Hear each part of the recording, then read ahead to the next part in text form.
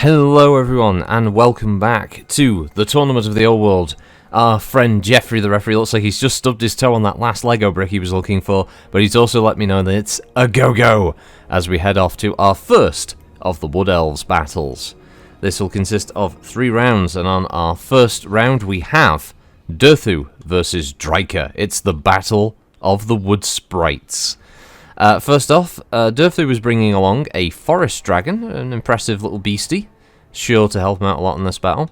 His rear line consists of a unit of Deepwood Scouts, which are fast-moving, very lightly armoured, but very accurate and deadly with their archer fire. A standard unit of Glade Guard, which are pretty much the, go-to unit of Wood Elf armies. Lots of good, accurate arrow fire, firing on the move. Durthu himself bringing up the rear with his amber sword. His front line consists of a unit of Dryads, backed up by a unit of Eternal Guard, and he also has a giant eagle. Across the field from him stands Drycha, the angry Dryad. Her front line consists entirely of one main frontline unit, a unit of Eternal Guard with shields. Her entire force then is mainly based around some wood spirits and some ranged fire. We've got some Glade Guard with Hagbane tips, so firing poisonous rounds. Drycha herself, who's a hybrid spellcaster melee combatant unit with a hero unit in the form of a Waste Stalker. Also has another unit of standard Glade Guard with no specialist tips. A Treekin unit, which are kind of the midpoint between Treemen and Dryads, and backed up by a fast unit movement of Glade Riders, which are basically Glade Guard on horseback, and a unit of Deepwood Scouts with Swift Shiver Shards. Rather impressive little force, but let's see how this goes as we roll over, as both sides move out and start the battle. Now, it was rolled that Durthu was the defender, so he is naturally going to set up here in a slightly more defensive position. He's going to use some of the trees nearby for cover. So we get a look down here at Durthu making his moves, getting his force set up. Of course, Drycha is a spellcaster, so she's going to be using some spells there. Durthu himself has access to a spell list, so he's got some of the, basically some of the Druid spell lists available to him. So he's cast Pan's Impenetrable Belt on the Eternal Guard to give him some speed and extra defense. However, the Dryads have been hit with Melkoff's Mystifying Miasma, which is reducing their speed, which isn't a bad idea. They are a melee unit, and they definitely don't want to have them getting straight up into the fight, as the Dryads are taking a lot of early missile fire. The Glade Riders obviously doing the smart thing and getting the hell out of there, though they did take some hits themselves and return fire from Durthu's forces. We can see the very limited front line of the Wood Elves here trying to get into position to actually fight. Wood Elves as a faction aren't particularly well known for their hand-to-hand combatant units. They're not terrible in the role, they just don't have a particularly large influence or emphasis on such. They prefer to be able to sit back and just whittle the enemy away with very accurate ranged missile fire. Usually their arrows will have a higher armor penetration, more accuracy per shot, and do more damage on average. You can see, however, that what Durthu does have to back up his lack of ranged power or any kind of frontline power is his Great Eagle and his Dragon, and the Great Eagle has gotten to the rear line of the force, and no doubt, yep, here comes the Forest Dragon zooming on down. This is significant, as this has now completely cut off pretty much all of Drycha's ranged units. This is forcing them into a melee fight, as we can see Durthu and Drycha getting up close and personal with each other. You can see the size difference here. Durthu is an ancient tree man. He is a very powerful entity who has been around for a very long time. Drycha isn't exactly young herself, but I think by comparison the two have certainly got 2 different age gaps going on.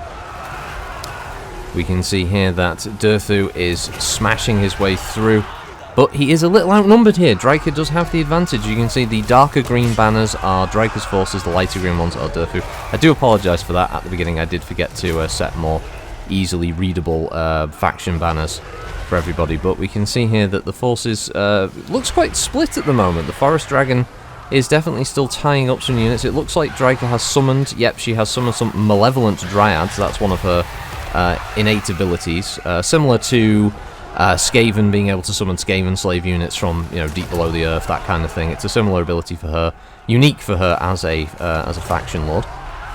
The Eternal Guard were driven off, and they're now going to be in a similar situation again as the Glade Riders are going to try and engage them in melee, which is interesting given their... given the Glade Riders do still have ammunition. They should actually still be getting into the fight. Drycha is taking... Oof! And just took another serious hit there from Durthu. And is close to breaking. So it looks like she's going to rout any time now. As Durthu himself isn't looking too hot. His hit points are quite low. The Great Eagle has gotten into the fight. The Treekin are definitely the anchor of this force. They've got plenty of hit points left and their morale is holding. But the rest of Drycha's forces looking very shaky as they start to flee in different directions. Over in the background, we can see the Forest Dragon is also getting picked on a bit, but it is doing the key work here of holding up and taking out a lot of the enemy rear guard.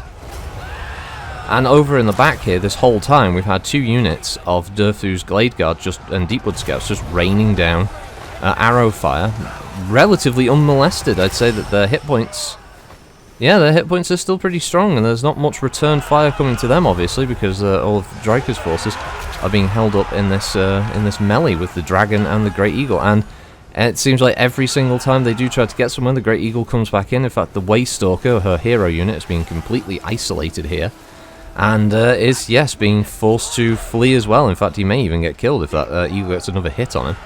Now the Dragon has gotten involved, as it looks like, it looks like Durthu has had to retreat. Understandable, he is a sliver of health.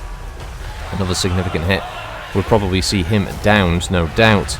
As we continue on here, we've got Drycha once again trying to get back into the fight, but she's now been engaged by the Great Eagle, and has also decided that that retreat is the better option in this scenario. The Forest Dragon's having to retreat. That thing is almost dead. I don't really want to see the Forest Dragon get down. Hopefully it'll survive the remainder of this fight. As we can see, Durthu is he coming back in? Oh, Durthu is back in the fight. The other, he is starting to take some arrow fire. His health is still dropping. He's hit with poison, which isn't very good for him. As we can see, the Great Eagle is now doing pretty much the heavy lifting for the entire force. But here come the 2 units now of Durthu's infantry, sort of, maybe. Glade Guard and Deepwood Scouts, they're completely out of ammo. They're going to have to get involved into the hand-to-hand element now. As the Treekin, the last holdout, I'd say, the last unit that can actually have a chance of doing anything in this fight, is getting involved alongside whatever's left of Drycha's force. Drycha herself, she is still on the field, but she is being chased off by the Forest Dragon. If it's got its breath weapon active, it could very possibly kill it, although it looks like, no, she is routed and broken, so she is not going to come back to this field. The Waystalker turned around, he decided to have a go. In fact, Drycha has died. That is a bad sign. Oh, and there goes the Waystalker, or at least he's about to get downed by the Forest Dragon. Back over in the centre of what's left of Drycha's forces. And that's it. Pyrrhic victory. Let's go over to see how the stats break down. So, we have Durthu's force. Durthu did quite well, despite the fact that he nearly died. He got 53 kills for his army, which is pretty impressive. 19 for the Eternal Guard and 6 for the Dryads. Not unsurprising, they were outnumbered quite considerably, so they were forced to have to do something quite drastic. They took a lot of damage for the likes of Durthu, so he could do his work. The Glade Guard and the Deepwood Scouts, 23 and 24, not terrible.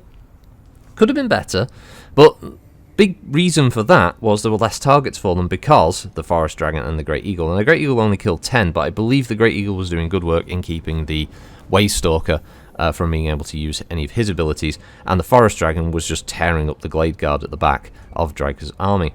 Drycha herself only got a mere 19, but then she was, for the most part, trying to fight Durthu.